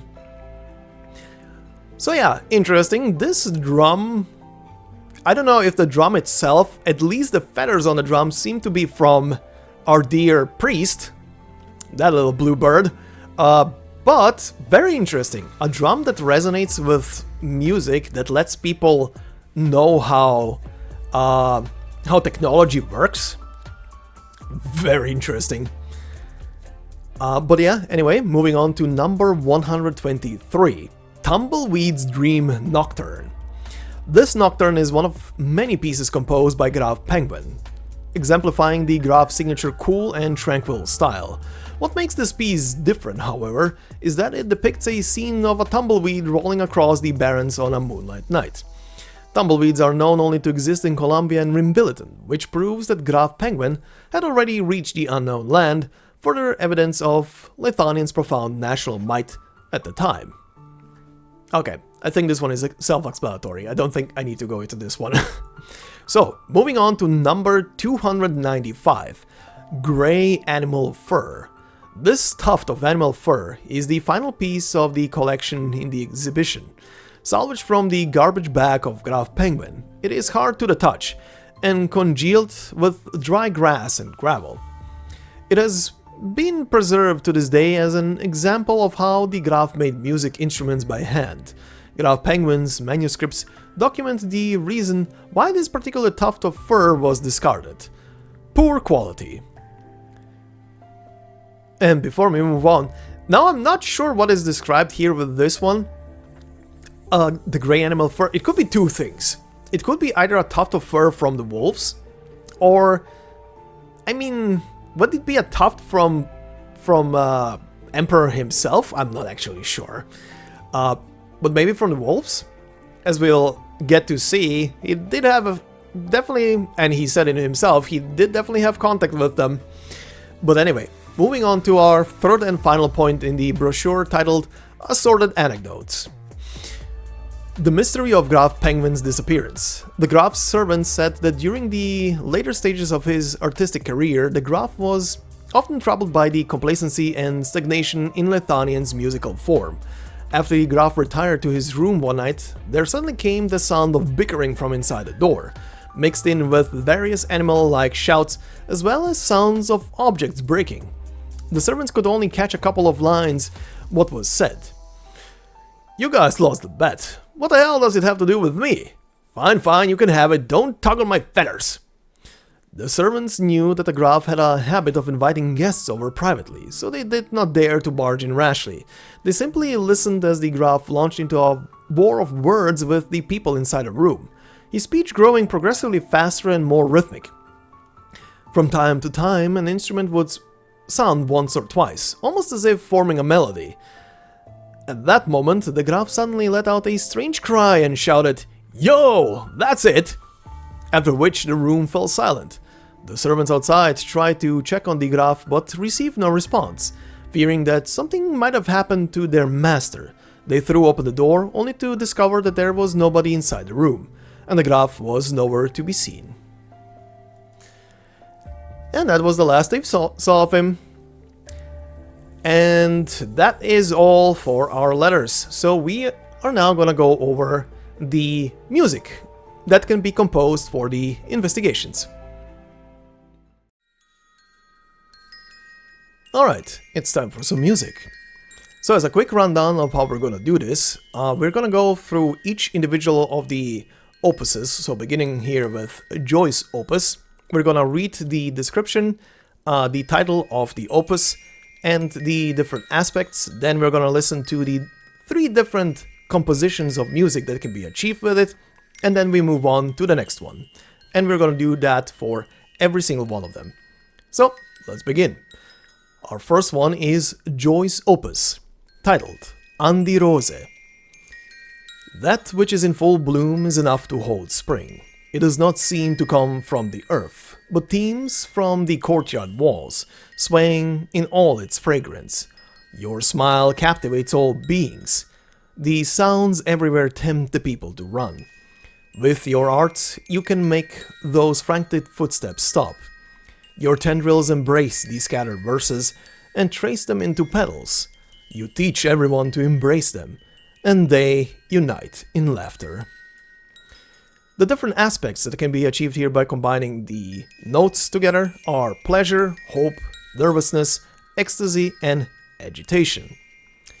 As for the music itself, let's go and listen. Beginning with Desire for Authority.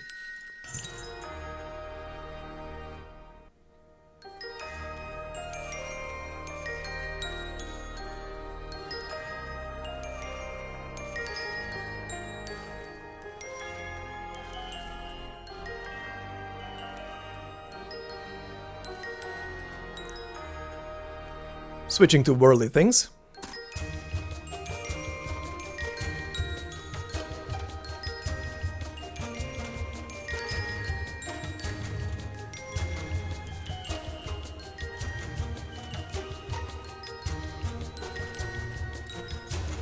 Switching to wisdom.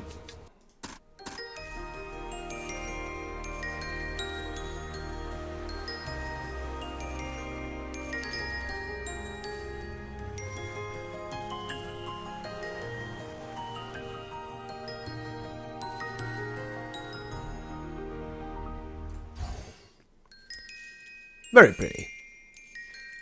Alright, and we move on to our second one, which is Anger's opus, Vedunian Geigenbauer. The damaged wooden core has not broken. They stagger forward with carving knives and hoes. Vedunian, we will carve your coughing. We will pull taut the strings of fate. From you we will carve keys of black gold. We will carve the melody of your demise. We will carve you. We will carve you.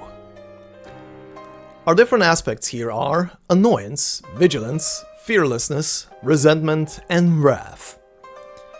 And as for the different music, let's begin with Desire for Wisdom this time.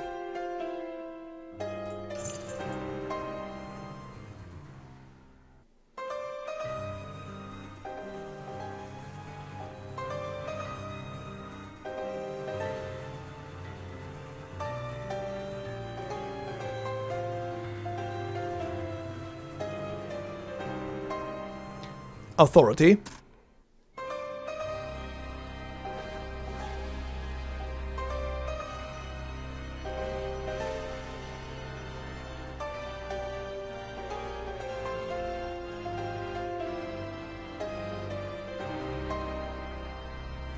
Worldly things.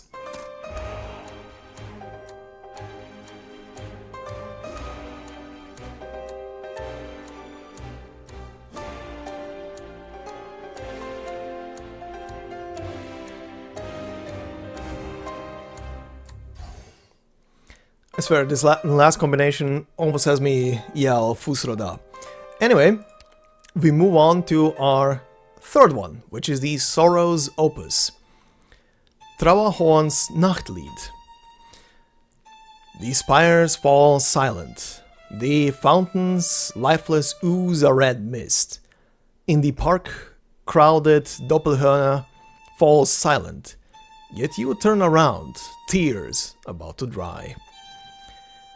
The different aspects are despondency, apprehension, remorse, grief, and indignation. As for the different combinations, we will start with worldly things.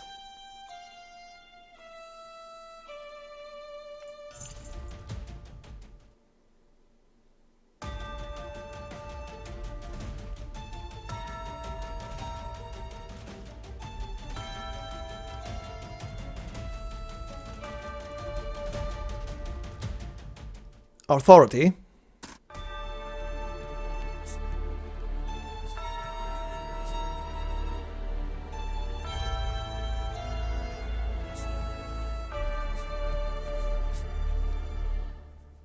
Wisdom.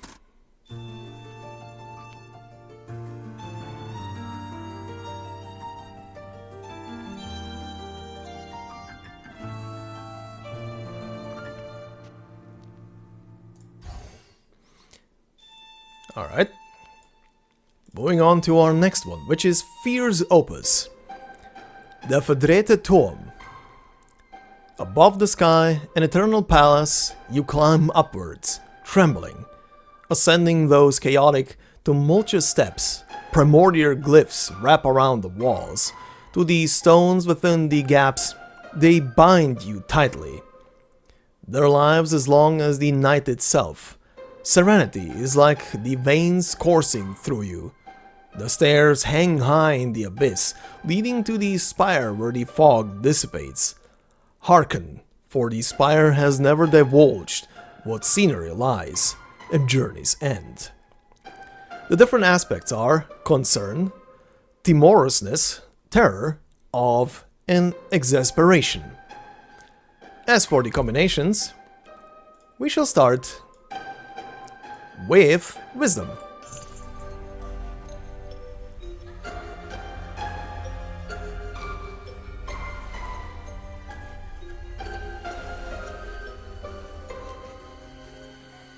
Authority.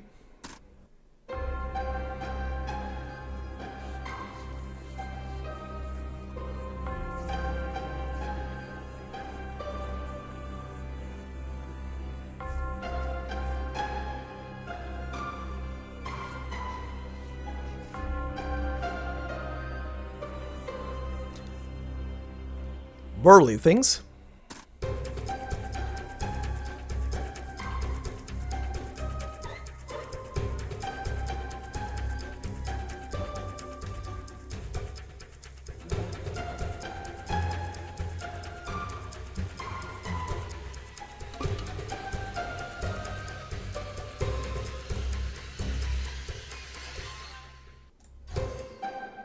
I swear, that version is the creepiest one out of all of them.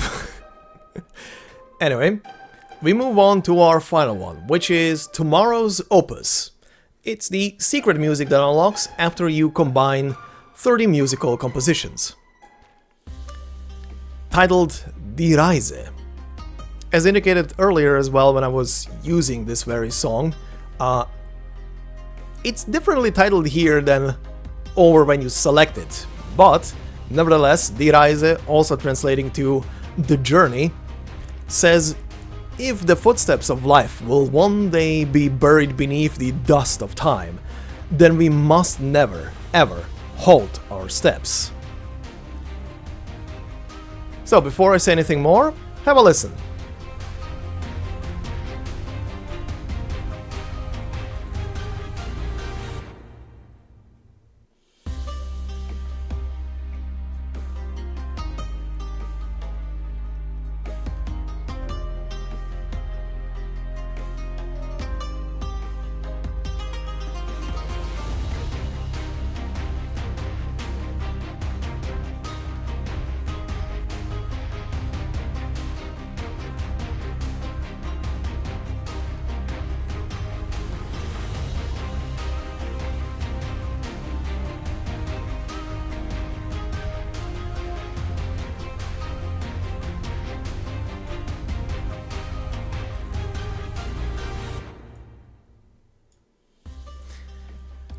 Now here's the thing.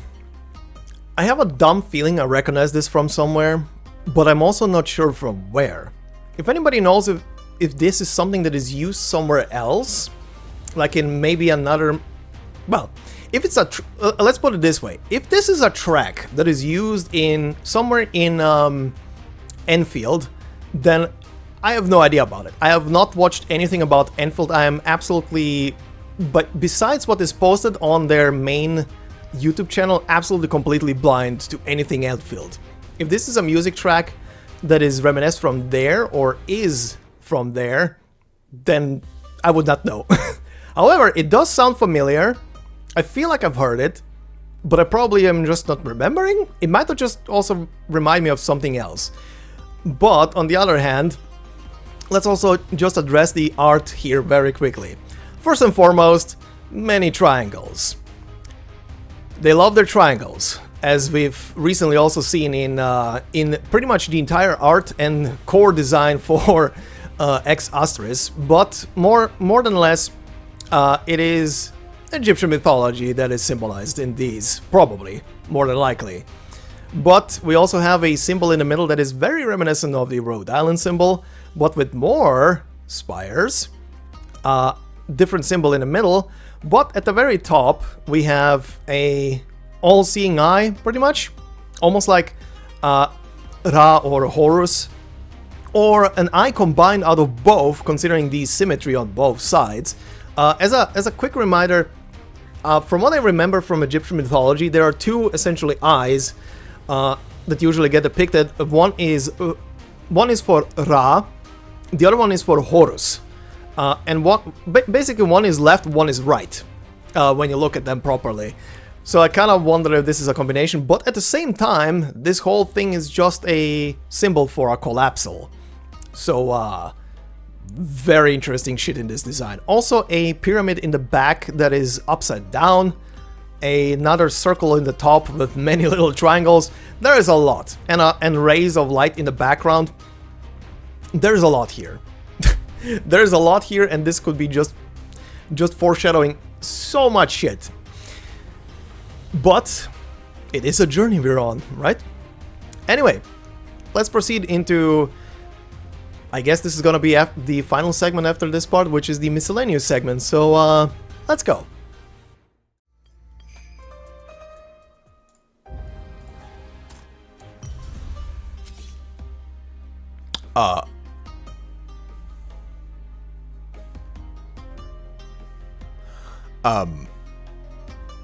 Alright.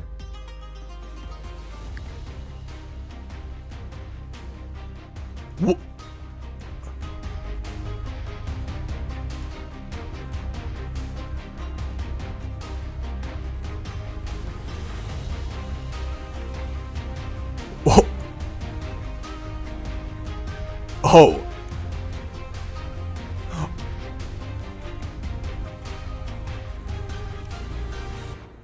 Holy shit. Now that's a banger. Alright. What? Hold on. I need to see this very quick before I... Yeah, this is making it into... Die Reise. The journey. If the footsteps of life will one day be buried beneath the dust of time, then we must never ever halt our steps. Damn! I'll have to remind myself where this is from, or if this is new. I feel like I recognize this.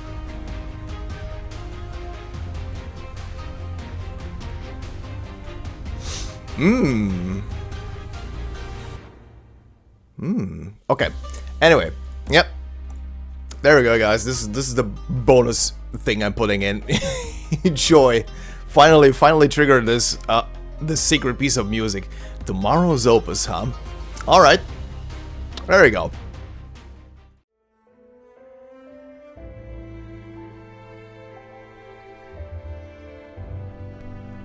I did say we're gonna have unique music at the end.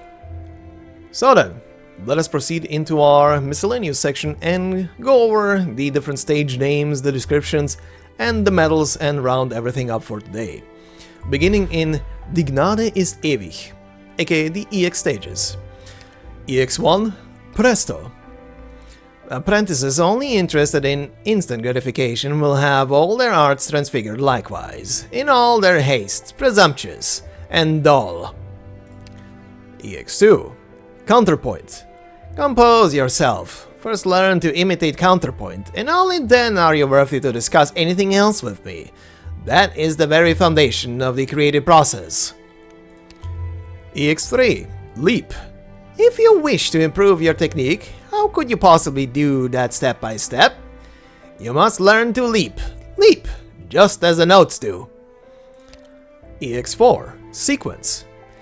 Music is orderly, sequential, and logical. Its myriad forms are paved from the very beginning.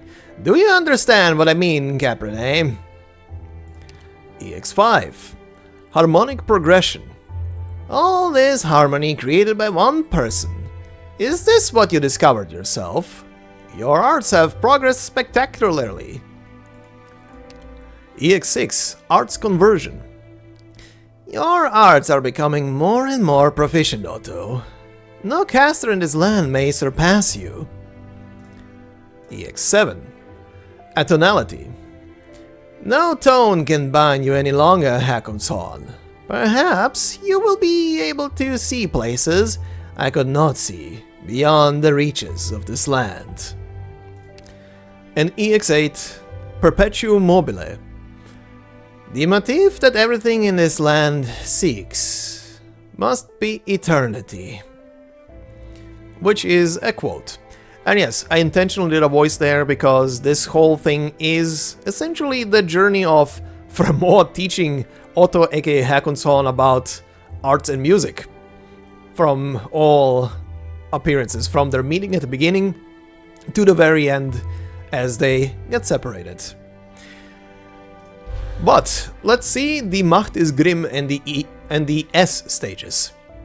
Beginning with S1, Conductor.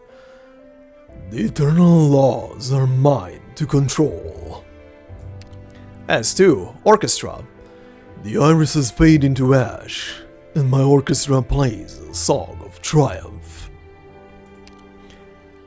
Not 100% sure how you pronounce this one, but I think Funerale? I think? Someone who is French can correct me. Anyway, or teach me. Anyway, it says, I step into Kargereich.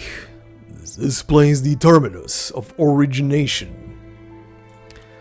S4, Sextet. I beg for forgiveness from no one, not even you, Fremont. And our final one is S5, Thronsaal. Come and deliver unto me my end. And yes, the last one is in actual German and just means throne room. And also, I am very well aware of the jokes. I've seen the jokes for S4 and the name Sextet. I mean, look, they're musicians. Everybody wants to have a bukkake party at some point. Anyway, we proceed into our metal section. Zwillingstürme im Herbst engraved metal set, and it says a set of engraved metals that depict Zwillingstürme's brilliant evening glow. The nightmarish echoes have at last faded, and the evening glow shines upon the twin spires, illuminating all of Leithanien more brilliantly than hope and longer lasting than eternity. So, let's as always proceed from the most bottom one and then end on the top one. On the very bottom we have Complicated Heart's Voices. You listen to enough melodies of the heart, and everyone's emotions now echo by your ear. This is no way someone can remain heartless when so many pieces of complex heartfelt music have been performed. The next one is Austere Authority Metal. You witness the end of the pavilion. So-called creations will always crumble with time, but humanity's monument will never cease to exist. Then we have Eternal Grace Metal. You reach the top of the twin spires and gaze upon all of Zwillingstürme and even the entire empire. With such an elegant view of the 22 cities, who wouldn't want to set foot here?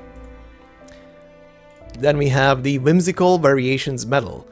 The melodies of Zwillingstürme are now in your hands. How attractive is the idea of controlling this melody?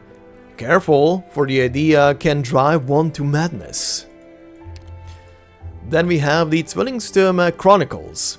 You have visited every corner of the city. You and the souls of the city chanced upon each other.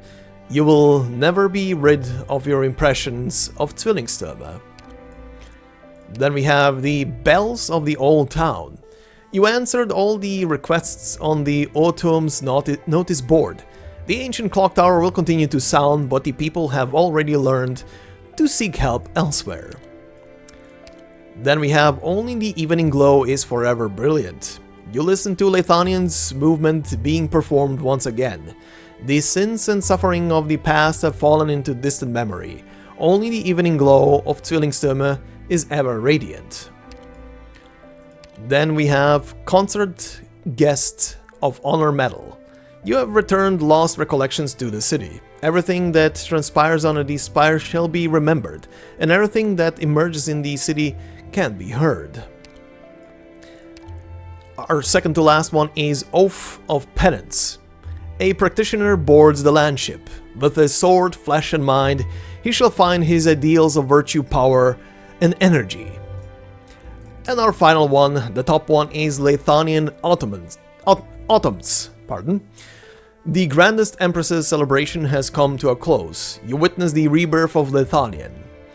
In quotes, I have no regrets, and I do not wonder. And that is the end of our journey. I think this covers pretty much everything besides some very minute minor little things, but that is the entire event in a nutshell, so to speak. And oops, pardon about that. And yeah, what else to say? This has been a journey, all right. I've said all my piece already in the last episode for the actual narration, so I'm not gonna repeat myself here. But in general, I really enjoyed the story. I do hope they a tiny bit reduce, like I said at the end, the amount of German that they are using. Not because of me, because obviously I can understand German, but because of everybody else, so you all have a much easier time in the next story when it comes around to, you know, not having to have the need to have a dictionary beside you and trying to figure out, is this something that I need to know? Is this just a name? But yeah. Anyway, this has been an interesting story, a very eye-opening story, and we've learned quite a lot of things, and we got quite a lot of things confirmed, and quite a few things were also surprising. One of them to me, well, the one thing that was surprising to me was probably that at some point in his life, Emperor lived in Leithanien and he was disguised as a Caprine, potentially a noble. I am trying to picture that, and I'm having a hard time. And all I can imagine is the Penguin from Batman, just wobbling around. Anyway, that's that. We got the confirmation that Arturia is the other saint that was mentioned.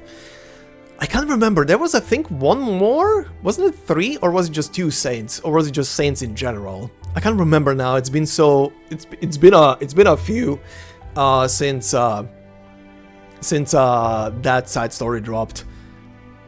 I can't remember if an actual number of saints got mentioned, but yeah, we have our second one finally officially. And yeah, this will definitely lead to some crazy nonsense. Can't wait for that. And yeah, at the end of days, thank you guys very much for watching and listening. After this will be a rerun of Il Sirakusano, which I already have covered here on the channel. For those of you who are new and haven't listened to that story, you can already do so. It is fully available, fully narrated, voice acted, and done with also a bonus episode at the end, because that was also a very, very big side story. And yeah, that's about it. I have a couple of minutes. I'm gonna use those now to very quickly clear out the Macht ist Grimm and get the rest of the bonus stuff from there and clear out that final stage properly. But in the meantime, hope you guys enjoyed this bonus episode, or rather have enjoyed this bonus episode, and the blind reactions to stuff that I put in there.